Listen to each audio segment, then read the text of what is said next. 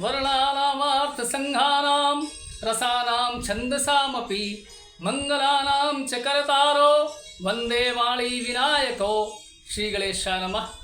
श्री जानकी वल्लभो विजयते। आज की शंखनाद चर्चा में आपका स्वागत है, नंदन है, वंदन है और अभिनंदन है। आज की शंखनाद चर्चा का विषय है कि कैसे कभी कभी एक अमंगलकारी विचार, एक दुष्ट विचार हमारे लिए हितकर हो सकता है, मंगलकारी हो सकता है, कल्याणकारी हो सकता है। रामचरितमानस के संदर्भ में, प्रभु राम के चरित्र के संदर्भ में और रामायण के दृष्टिकोण से आज इसको समझने का प्रयत्न करेंगे कि कैसे एक दुष्ट विचार कभी कभी हमारे लिए हितकर हो सकता है।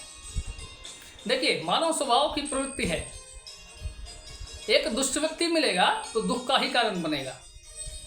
कभी भी एक दुष्ट व्यक्ति तकलीफ ही देगा, आनंद नहीं दे सकता है। एक संत व्यक्ति जब मिलेगा तो हमारे लिए मंगल कामना करेगा, हमको हमारा मंगल होने की बातें बताएगा, धर्म की बात बताएगा। किंतु संत में और दुष्ट में, संत में और असंत में, दोनों में एक समानता है। वो समानता क्या है?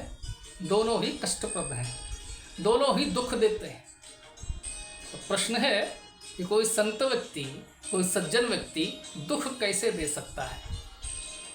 गोस्वामी जी ने बहुत सुंदर शब्दों में इसकी रचना की है मानस में। वो रचना है, बंदौ संत असज्जन चरना, दुख प्रद उभय बीच कछु बरना। बंदौ संत असज्जन चरना, दुख प्रद उभय बीच कछु बरना। बिछुरत एक प्राण हरि लेहि, मिलत एक दुख दारुण देहि। दोनों में समानता क्या है? क्योंकि दोनों कष्टप्रद हैं। किंतु संत व्यक्ति कैसे कष्टप्रद हो सकता है? तो संत व्यक्ति कैसे कष्टप्रद होता है? बिछुरत एक प्राण हरि लेहि, मिलत एक दुख दारुण देहि। जब संत व्यक्ति, सज्जन व्यक्ति, जिसने हमको सद्मार्ग दिखाया हो, वो जब हमसे दूर जाता है तो कष्ट का कारण बन जाता है। कोई प्रिय व्यक्ति जो सदैव हमारे कल्याण की बात करता हो और हमसे दूर जाने लगे तो मन, हृदय कष्ट का अनुभव करता है, इसलिए वो कष्टप्रद होता है। और दुष्ट व्यक्ति जैसे ही मिलेगा वो कष्ट का कारण बन जाएगा, दुख का कारण बन जाएगा, अमंगल का कारण बन जाएगा। तो दोनों में ही एक समानता है, संत और असंत में। दोनों ही कष्टप्रद हैं। संत व्यक्ति का बिछुड़ना कष्ट देता है और दुष्ट व्यक्ति का मिलना कष्ट देता है। इसीलिए गोस्वामी जी ने दोनों की ही वंदना की है मानस में। कैसे एक दुष्ट विचार, कैसे एक दुष्ट व्यक्ति, कैसे उसके मन में आया हुआ कोई अप्राकृतिक विचार हमारे लिए मंगलकारी हो सकता है, हितकारी हो सकता है, इसको रामचरितमानस के संदर्भ में समझने का प्रयत्न करेंगे। भगवान राम विवाह के उपरांत जब अयोध्या लौटे, महाराज दशरथ के मन में, उनके हृदय में इच्छा हुई वानप्रस्थ जाने की। किंतु वानप्रस्थ जाने से पहले प्रभु श्री राम को अयोध्या का राज वो सौंपना चाहते थे। अपने गुरुजनों से उन्होंने विचार विमर्श किया, अपने घर परिवार में परामर्श किया। सभी के मन में प्रसन्नता थी, प्रभु श्री राम अयोध्या के राजा बनेंगे। उस पूरी अयोध्या नगरी में यदि कोई प्रसन्न नहीं था तो वो थी केवल रानी कैकेयी की दासी मंथरा। उसको ये विचार बिल्कुल अच्छा नहीं लगा, प्रभु श्री राम का राज्य तलक किया जाए। देखिए, दुष्ट प्रकृति यही होती है, उसको बिल्कुल अच्छा नहीं लगा। मंथरा के मन में कपट आ गया। माँ सरस्वती की विशेष कृपा हुई मंथरा पे। प्रभु की लीला ऐसी ही है। माँ सरस्वती की विशेष कृपा से मंथरा की मति भ्रष्ट हो गई, उसकी बुद्धि भ्रष्ट हो गई। किंतु कुछ वो खुद नहीं कर सकती थी, इसलिए रानी कैकेयी के पास गई। रानी कैकेयी को बहुत तरह के प्रलोभन दिए उसने, बहुत तरह के चरित्रों से उनकी कथा व्यथा सुनाई। क्या कथा व्यथा? केवल और केवल पूर्वाग्रहों से ग्रसित कथा सुनाई। वो कथा क्या है कि यदि राम राजा बन जाते हैं तो तुम्हारा हाल दासी के जैसा हो जाएगा। यदि राम राजा बन जाते हैं तो भरत को नौकरों की तरह से ट्रीट करेंगे। बहुत तरह के चरित्र उसने महारानी कैकेयी को सुनाए और समझाए। प्रभु की लीला से महारानी कैकेयी का भी मतिभ्रम हुआ। वो फिर से मंथरा से पूछी, तुम जो कहती हो वही सत्य है, तुम जो कहती हो वही ठीक है, किंतु ये बताओ कि मैं करूं क्या? कैसे मैं इस आयोजन को रोकूं? कैसे मैं राम को राजा बनने से रोक सकती हूं? ये मुझे बताओ। मंथरा ने सलाह दी, बड़ी नेक सलाह दी मंथरा ने महारानी कैकेयी को। वो सलाह क्या थी? महाराज दशरथ ने तुमको 2 वरदान दिए हुए हैं और वो दोनों वरदान मांगने का इससे उचित समय हो ही नहीं सकता है। वो दोनों वरदान आप महाराज दशरथ से मांग लीजिए। महाराज दशरथ रघुकुल के वंशज हैं, अपनी जबान से फिरेंगे नहीं। रघुकुल रीति सदा चली आई, प्राण जाए पर वचन न जाए। महाराज के प्राण भले ही चले जाए किंतु अपने वचन का पालन वो जरूर करेंगे। इससे उचित समय आपको नहीं मिलेगा महाराज से अपने वरदानों को मांगने का। और वरदान मांगिए क्या? पहला वरदान क्या होना चाहिए और दूसरा वरदान क्या होना चाहिए, वो भी मंथरा ने युक्ति बताई। वो युक्ति क्या थी? दुई वरदान भूप सन थाती, मांगहु आजु जुड़ावहु छाती। दुई वरदान भूप सन थाती, मांगहु आजु जुड़ावहु छाती। सुतहि राजु राम ही बनवासु, देहु लेहु सब सवति हुलासु। पहला वरदान क्या है? अपने पुत्र के लिए, मतलब भरत के लिए राज मांग लीजिए। दूसरा वरदान क्या है? प्रभु श्री राम के लिए 14 वर्षों का कठोर वनवास मांग लीजिए। आपकी जितनी सौतन है, महारानी कौशल्या, महारानी सुमित्रा, ये सब आपकी सौतनें हैं और राजा राम के बनने के बाद में ये आपको दासियों जैसा व्यवहार करेगी। इस व्यवहार से बचने के लिए राम को वन में भेजिए और भरत को राजा बनवा दीजिए। देखिए दुष्ट विचार, और दुष्ट विचार का प्रभाव आपको थोड़ा देर में भी पता चलेगा। इसी चर्चा में इस दुष्ट विचार का क्या प्रभाव होता है, क्या प्रताप होता है, वो आपको इसी चर्चा में, इसी कथा में पता चलेगा। महारानी कैकेयी कोप भवन में जाती हैं, महाराज दशरथ से वरदान मांगती हैं कि भरत को राजगद्दी दे दीजिए, प्रभु श्री राम को 14 वर्षों का वनवास दे दीजिए। महाराज दशरथ अवाक रह जाते हैं। इतना सुनते ही महाराज दशरथ गश खा करके जमीन पर गिर पड़ते हैं।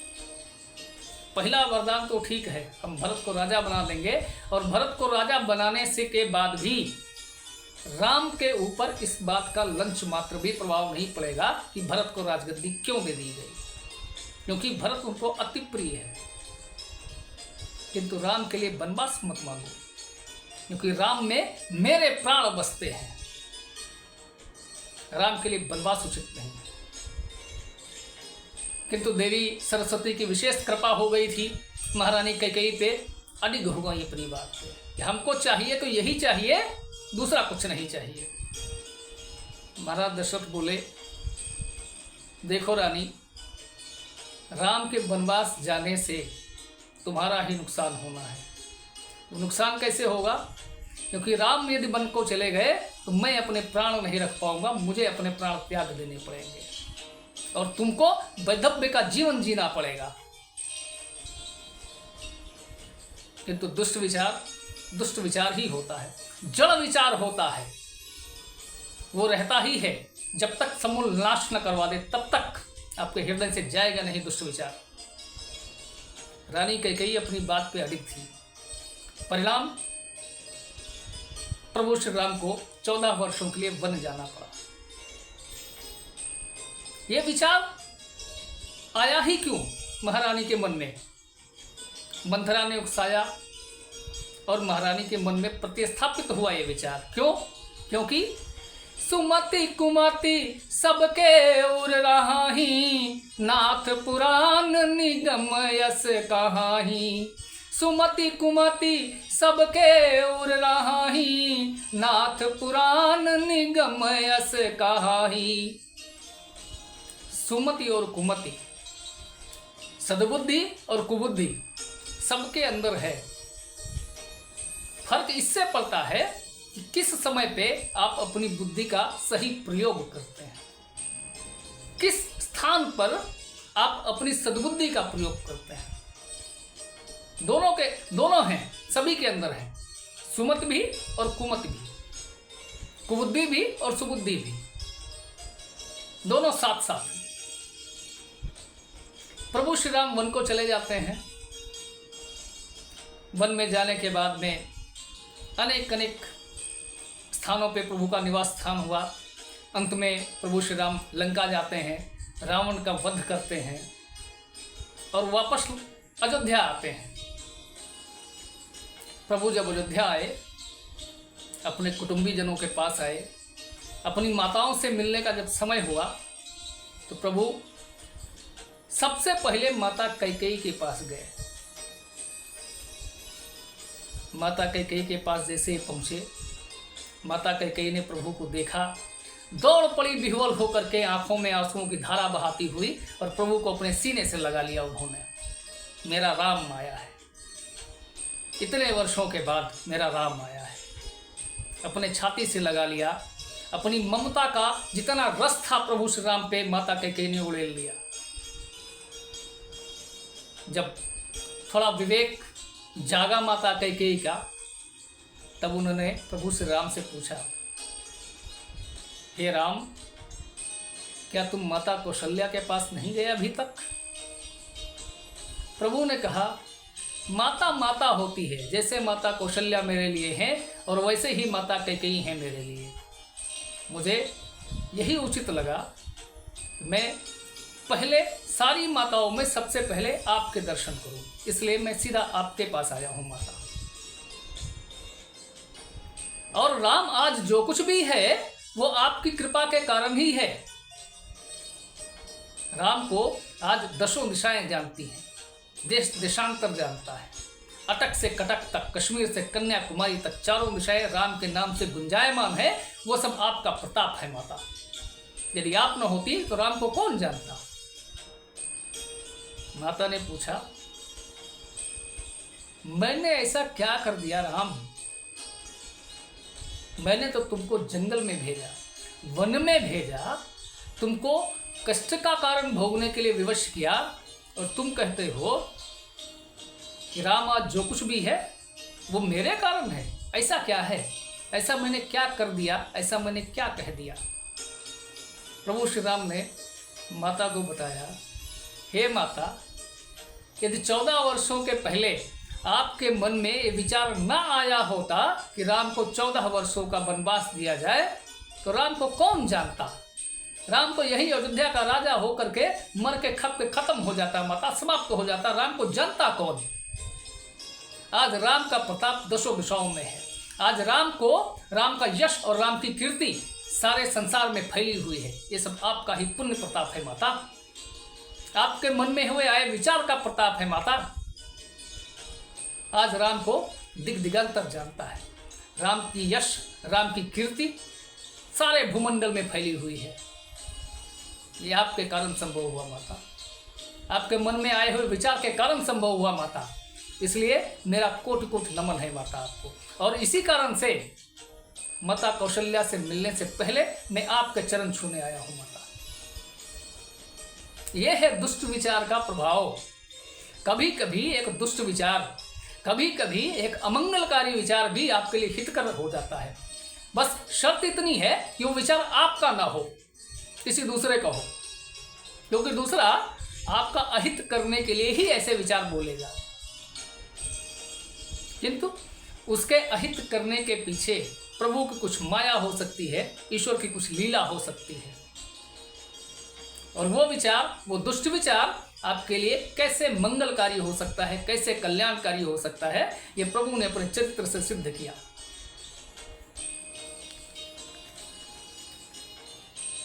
सज्जन व्यक्ति भी दुष्टों की संगति में आके खराब हो सकते हैं। कैसे? विधि बस सुजन कुसंगति पाराही, फनी मनी सब निज गुण अनुसराही। जब विधि की रचना होती है, विधाता की ऐसी इच्छा होती है, तो सज्जन व्यक्ति भी कुसंगत में पड़ करके अपने आचरण को, अपने चरित्र को खराब करने लग जाता है। किंतु वापस जब प्रभु की कृपा होती है, प्रभु दया करते हैं, कृपा करते हैं, तो वही व्यक्ति उस दुर्जनता को छोड़ करके, दुष्टता को छोड़ करके प्रभु के शरणागत हो जाता है और परम पद को प्राप्त करता है। आशा है आज की वार्ता आपके लिए सार्थक है, सार्थक रहेगी। इसी अवस्था के साथ, इन्हीं शब्दों के साथ आज्ञा दीजिए। जय श्री राम, जय श्री राम, जय श्री राम।